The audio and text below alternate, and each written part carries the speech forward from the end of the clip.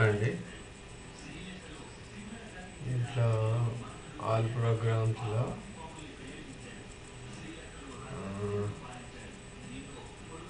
Word programme నొక్కండి. Word ప్రోగ్రాంలో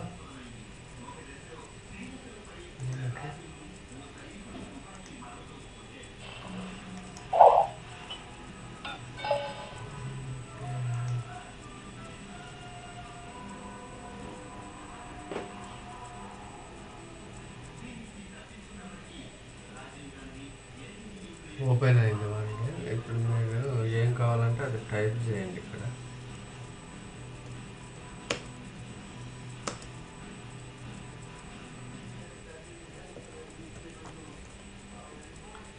type చేసిన తర్వాత ఇక్కడ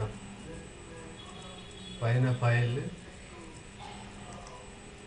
సేవ్ నొక్కండి. ఇక్కడ సేవ్ అని అడుగుతుంది, సేవ్ నొక్కండి. మీరు ఇంకేమైనా యాడ్ చేయాలంటే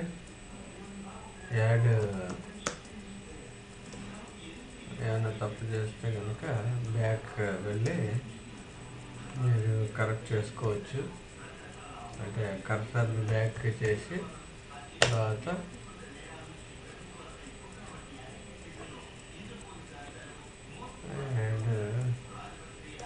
మేట మీకేం కావాలో అది యాడ్ చేసుకోండి.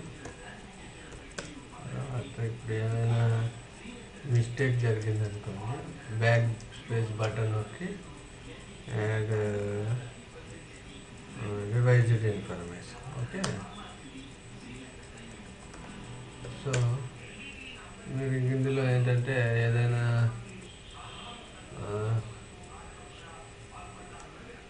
ఇక్కడ కాపీ పేస్ట్ చేయాలంటే దాన్ని కర్సర్తో సెలెక్ట్ చేసుకోవచ్చు, లేదా కర్సర్ని ఇక్కడ పెట్టి షిఫ్ట్ బటన్ నొక్కి యారో మార్క్ నొక్కితే ఇది సేవ్ అవుతుంది.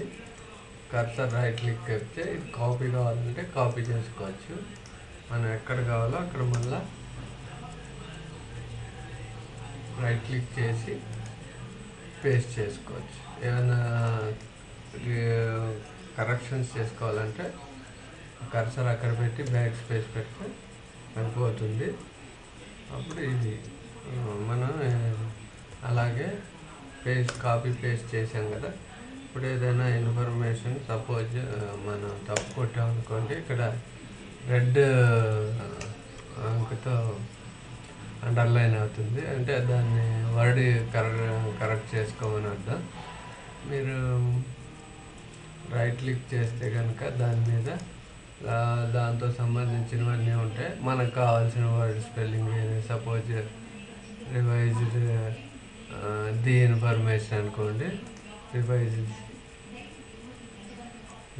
The content.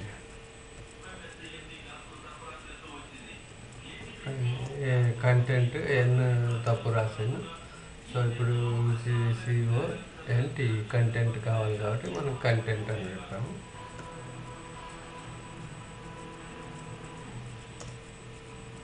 సో దీనికి కావాలంటే మనకి ఇక్కడ పైన హెడ్డింగ్ కావాలనుకోండి, స్టార్టింగ్కి వెళ్ళి కొంచెం మనం ఒక హెడ్డింగ్ పెట్టదలుచుకుంటే స్టార్టింగ్ వచ్చి ఎంటర్ కొట్టాను, కిందకు వచ్చింది.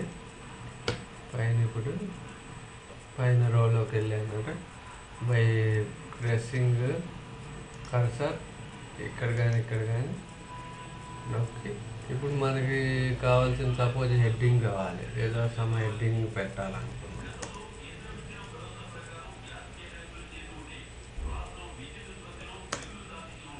హెడ్డింగ్ తప్పు రాసాను, హెడ్డింగ్ ఇది. సో దీన్ని కావాలంటే సెంటర్ చేయాలనుకుంటే ఇక్కడ పైన ఇది ఎల్ఐన్ లెఫ్ట్, ఎల్ఐన్ సెంటర్, ఎల్ఐన్ రైట్, జస్టిఫై అని మనకు సెంటర్ కావాలనుకుంటే సెంటర్కి నొక్కాలి. సపోజ్ ఇది సెంటర్కి వచ్చింది. దీన్ని ఇంకా మనం హెడ్డింగ్ కాబట్టి అండర్లైన్ చేయాలనుకున్నాం అనుకోండి, దీన్ని సెలెక్ట్ చేసి ఇక్కడ పైన యూ అని ఉంది అంటే అండర్లైన్ అని కింద వస్తుంది. మనం యూ దగ్గర కర్సర్ పెడితే ఈ అండర్లైన్ ఎక్కితే ఇప్పుడు అండర్లైన్ అయింది. అలాగే మనం దీన్ని బోల్డ్ చేయాలనుకున్నాం, అంటే కొంచెం బాగా థిక్గా కనిపించాలి దీన్ని అనుకున్నాం అనుకోండి, అప్పుడు బీ నొక్కితే అంటే బోల్డ్ పైన బోల్డ్ అని వచ్చింది, బీ నొక్కితే బోల్డ్.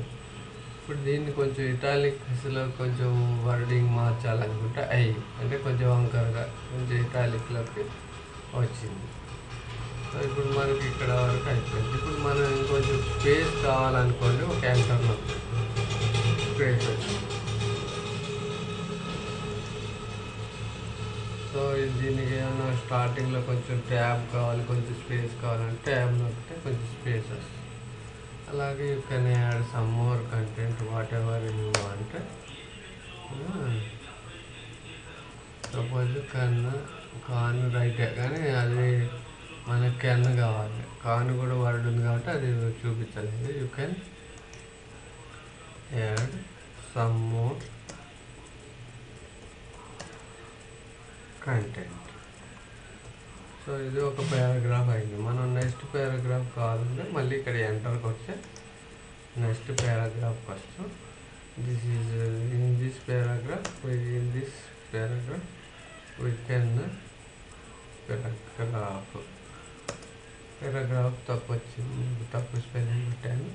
సో ఇక్కడ రైట్ క్లిక్ చేస్తే పారాగ్రాఫ్ అని వచ్చింది, దాన్ని తీస్తే paragraph. This paragraph is second one. ఇలాగా మనం ఎన్ని పారాగ్రాఫ్లను we can add any number of paragraphs.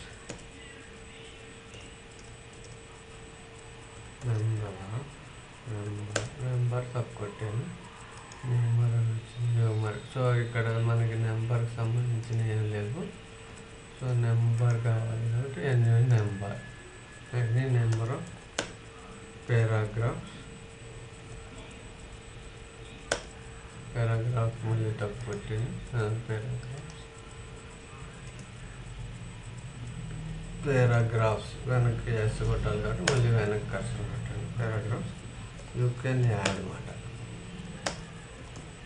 Add by typing content. Okay,